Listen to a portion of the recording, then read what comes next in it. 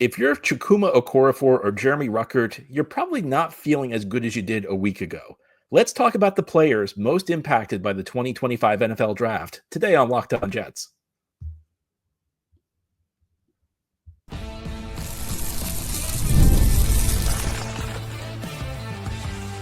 You are Locked On Jets, your daily New York Jets podcast. Part of the Locked On Podcast Network, your team every day. Welcome. This is the Locked On Jets podcast, part of the Locked On Podcast Network, your team every day. It's Friday, May 2nd, 2025, and I'm your host, John B. from GangGreenNation.com. Thanking you so much for making the show your first listener, first watch every day. Big shout out to you, everydayers. This is a daily podcast covering the New York Jets with new episodes each day through the week, Monday through Friday. And this episode is brought to you by the Amazon Fire TV Stick 4K. Turn any TV into your Xbox, no console needed. Head to Amazon.com/Fire TV Locked On to learn more. On today's show, we're going to talk about the Jets players most impacted by the selections the team made in the 2025 NFL Draft. Of course, when the Jets pick a player in the draft, that player replaces somebody else's role on the roster. So obviously every year there are players impacted by what the Jets do in the NFL Draft. We can begin by talking about the selection of Armand Membou, 7th overall. And I think there's a clear player who was impacted by this. It's Chukwuma Okorafor, the guy the Jets signed as a free agent from New England in the offseason. He's a tackle, played most of his career at right tackle, was the opening day starting left tackle last year for the Patriots, but only lasted 12 snaps before he was benched and then left the team. Membou figures to start at right tackle. I've said it on the show. I don't think it's 100% that Membou starts, but I think Membou would have to play his way out of the job in training camp. I don't think this is going to be like an open competition where, Okorafor has a real chance. And to be honest with you, I think Membou would have to regress from the guy he was at Missouri in order to not win the right tackle job. Because, look, you draft a guy 7th overall, you're expecting him to be a day one starter.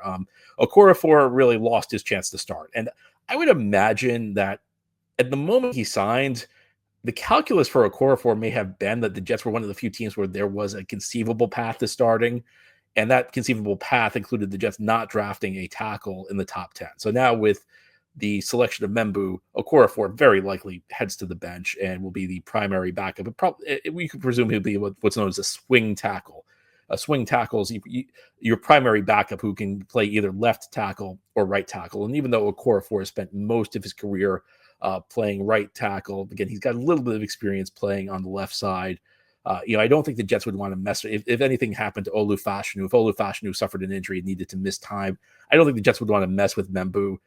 Membou's essentially the long-term right tackle. So, as he's learning the ropes in the NFL, I don't think they're going to want to change his position on the fly. So that makes Okorafor pretty much the top backup tackle. And I think it's clear this is a good thing for the Jets. I mean, first of all, you've got a premium prospect who is manning the right tackle spot opposed to a journeyman veteran who's been benched 2 straight years. And even in his best days, really was not that effective of a tackle in Okorafor. But this also gives you a backup with plenty of starting experience. And when we're talking about backup tackles in the NFL, it's very rare you're going to have a third tackle who's going to go in and be an impact player. Occasionally a team's really blessed with depth. And usually when this happens, they have 2 good starting tackles and they really just nail a mid-round pick. The mid-round pick develops into somebody who's a starting caliber tackle. But in reality, you're really just looking for your primary backup tackle to not be a disaster. And I think this Jets offensive line is actually shaping up really well. Normally this time of year, we're trying to talk ourselves into the Jets offensive line. It's very different when you can feel confident in your offensive line. I mean, I think the Jets have 5 players you can believe in. Not all of them played extensively in the NFL. The 2 tackles, there's a bit of projection because they're young guys who are still finding their way in the league. But you have guys who either have been effective or guys who are highly regarded prospects. But beyond that, Jets have 2 backups who can play. Okorafor and Josh Myers, the backup center. So if anything happens, Myers can probably man one of the interior spots, either tackle or either center or guard. And Okorafor can play the tackle spots. And, I think, again, the primary goal of a backup is just don't be a disaster. You just want somebody who can hold the fort. And I think the Jets in both spots, both in the interior and on the edge, have guys you can believe in that could at least help you hold the fort. So, bad news for Okorafor, good news for the Jets. Second round pick, of course, was Mason Taylor out of LSU. And I think there's actually like a couple of guys who were impacted by this. I think you could argue like everybody with a prominent role at the tight end position could be impacted. Jeremy Ruckert was supposed to be the number one tight end, or at least he was heading into last weekend. And this obviously knocks Ruckert back to the tight end 2 role that he held last year. And Ruckert did not really prove himself as a capable second tight end last year, so he's kind of lucky to have that role this year. Ruckert at tight end 1 would have been a tough thing for the Jets. He's not shown himself to be an adept pass catcher, not shown himself to be an adept receiving threat, and he's been an inconsistent blocker. I think if anything, he's a little overrated as a blocker, because I think on a play-to-play basis, Ruckert's been pretty inconsistent. I think that he has a lot of highlight reel blocks that you can cut up and post a video on social media and make Ruckert look like a beast blocker. But I think on a play-to-play basis, he's very inconsistent. In some ways, like, this is an ideal scenario for Ruckert, because even though he was kind of like the project player of the previous regime, he was there when Joe Douglas drafted him and Robert Saleh was his original head coach. It was clear he did not work well under those guys. So a new coaching staff comes in, and a guy like Ruckert kind of has a new lease on life. Aaron Glenn has no preconceived notions of him. I mean, I'm sure Aaron Glenn's watched the film and has maybe a mild idea of what he thinks Ruckert can do, but you have the opportunity to go prove yourself to a new coach. And sometimes what happens is guys who are disappointing under a previous regime get that fresh start and they go prove themselves.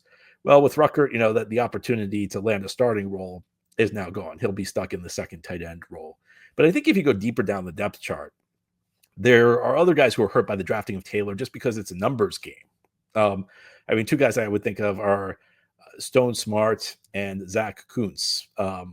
Smart was a guy the Jets signed from the Chargers who really hasn't done a whole lot in his career. A guy who can change his positions twice in the last couple of years. He started his college career as a quarterback, then moved to wide receiver, then entered the NFL, and the Chargers converted from wide receiver to tight end. So, in a situation like that, it's probably going to take you some time to get up to speed. You're probably not going to initially step in and be able to be an impact player. Smart has very moderate production. I think the reason the Chargers let him go is he's kind of undersized for a tight end, and in Jim Harbaugh's offense, your tight ends are relied on to block. Jim Harbaugh likes a lot of heavy formations, lots of big guys in there to kind of control the point of attack. Harbaugh is all about controlling the trenches in his offenses. So it's kind of a guy who's like kind of an undersized tight end, more of a move guy like Stone Smart may have trouble. Jets brought him in. He's kind of a flyer, a low risk signing. Smart's path to the roster though just got that much more difficult. And I think you could say the same thing for Zach Kuntz. I think Kuntz is a guy who's in danger. It's interesting because like in some ways like his situation resembles Ruckert, where he's the project of a previous regime. So maybe there's a fresh start element to it. But the thing is, Zach Kuntz has really not developed in his 2 years in the NFL. I don't think he's any better than he was the day he entered the league. And he was always drafted based purely on his raw physical tools, based on his athletic testing, which was an extreme outlier in a good way. He was one of the most athletic, at least as far as the testing goes, one of the most athletic tight ends ever drafted. What he lacked were basic skills at the position. He hasn't really developed them at all. And the fact Mason Taylor's here now means that there's one less tight end spot that's available on the roster, because Mason Taylor's going to get one of those spots. If Mason Taylor's not drafted, there's suddenly an extra spot for a tight end to claim. Kuntz is really up against it right now. Kuntz is really going to have to make an impression in training camp to make this team. Otherwise, he could be gone. And I don't think his path was 100% guaranteed, even if the Jets passed on Taylor. But now I think it's even more difficult. Now, here on the Locked On Jets podcast, we'll turn our attention to the mid rounds. I think that there's a starter who actually, even though he's going to keep his starting job, may not be thrilled with the Jets' third round pick. And I'll explain why that is as we continue here on this Friday edition of the Locked On Jets podcast. Did you know your Fire TV is also an Xbox? Turn any TV into your gaming and entertainment hub with Fire TV Stick 4K devices, no console required. Just grab your paired controller, subscribe or sign into Xbox Game Pass Ultimate with EA Play included, and you're ready to go. Dive into hundreds of premium titles, including EA Sports College Football 2025 to Call of Duty, as easily as you stream your favorite shows.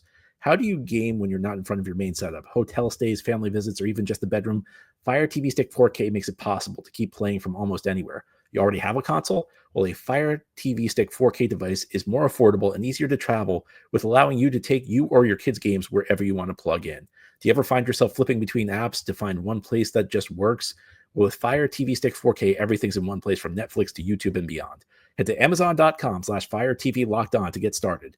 Xbox Game Pass Ultimate subscription and compatible controller required. Available on select devices including Fire TV Stick 4K second generation, Fire TV Stick 4K Max first and second generation, and Fire TV Cube third generation. Thank you so much for making Locked On Jets your first listener, first watch every day. Big shout out to you everydayers. This is a daily podcast covering the New York Jets with new episodes each day through the week, Monday through Friday. Today we are talking about the players most impacted by each pick the New York Jets made in the 2025 NFL Draft.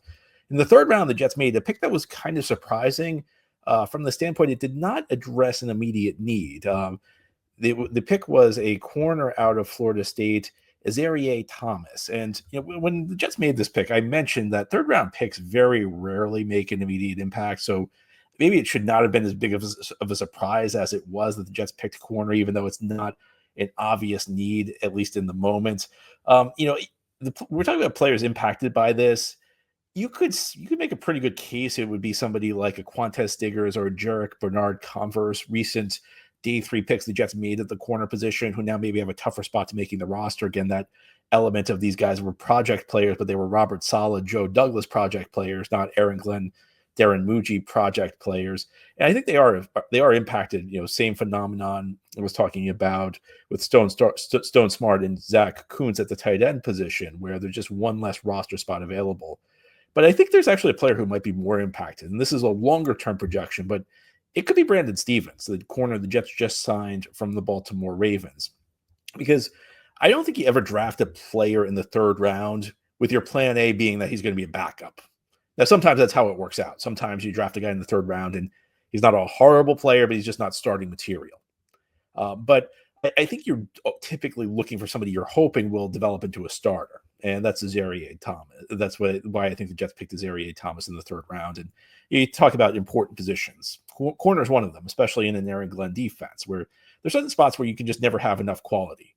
There's certain spots where you should draft a guy and try and groom him for a couple of years down the road. Try and really train him up.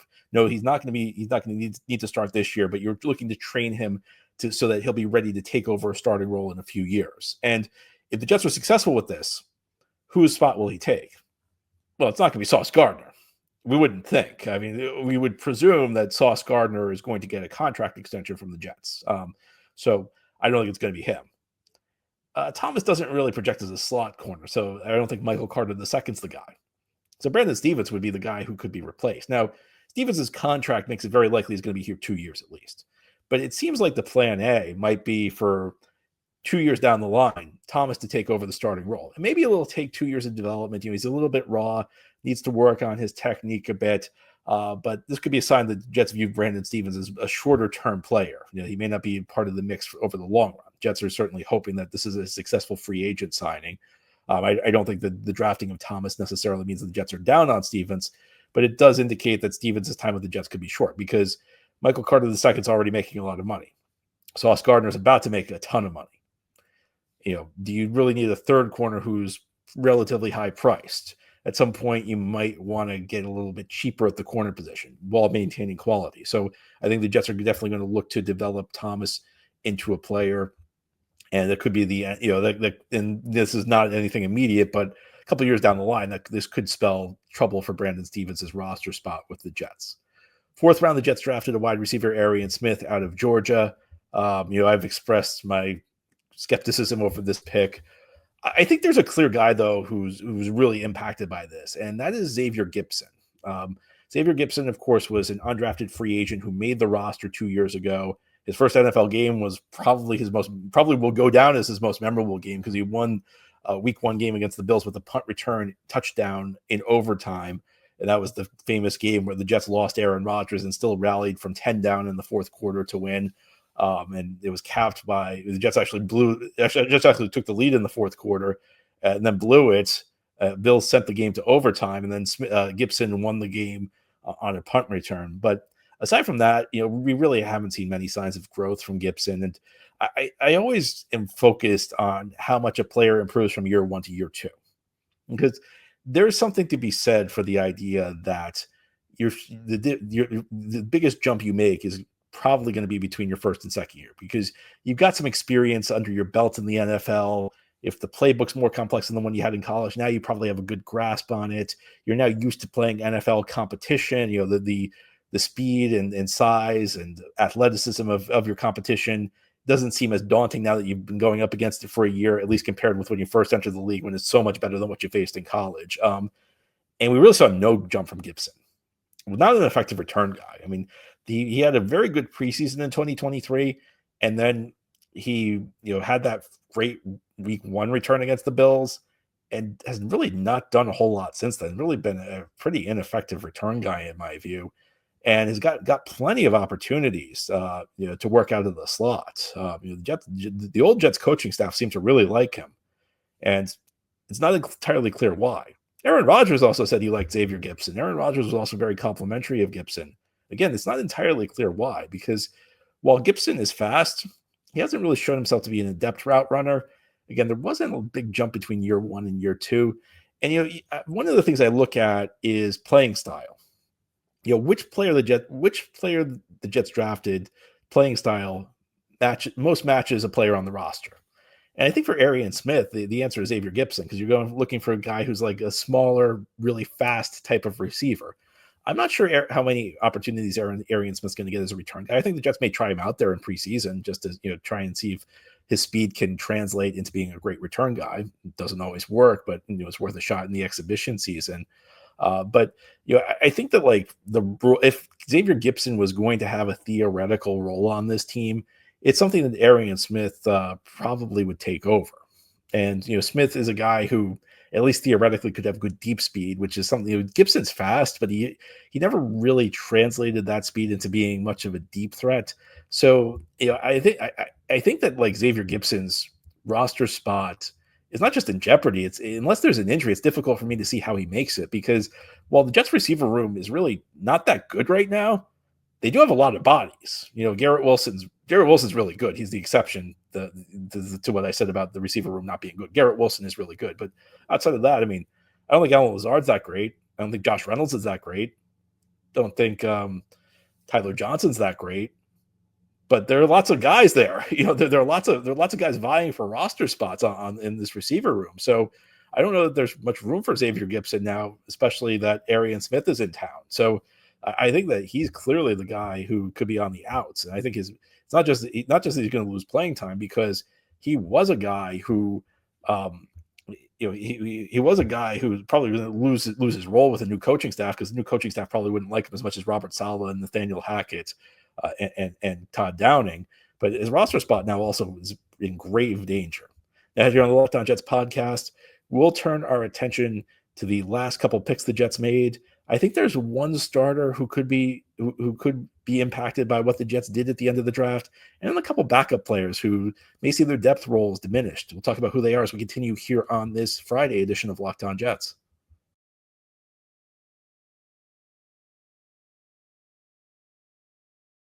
This is the Locked On Jets podcast on this Friday. We're talking about the players most impacted by the selections the New York Jets made in the 2025 NFL Draft. The Jets in the fourth round traded up for a safety out of Alabama, Malachi Moore. Now, I've been kind of going out on a limb for Malachi Moore over the last week. And usually when I do this, the player makes me look really bad, because I've been saying I do think Malachi Moore has a shot at competing for a starting safety role.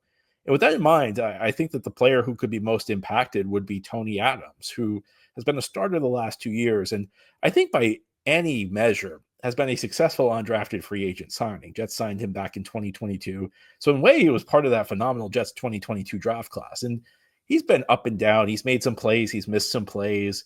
But you know what? If you get a guy who's like a starter who's not a disaster as an undrafted free agent, that's actually a pretty big win.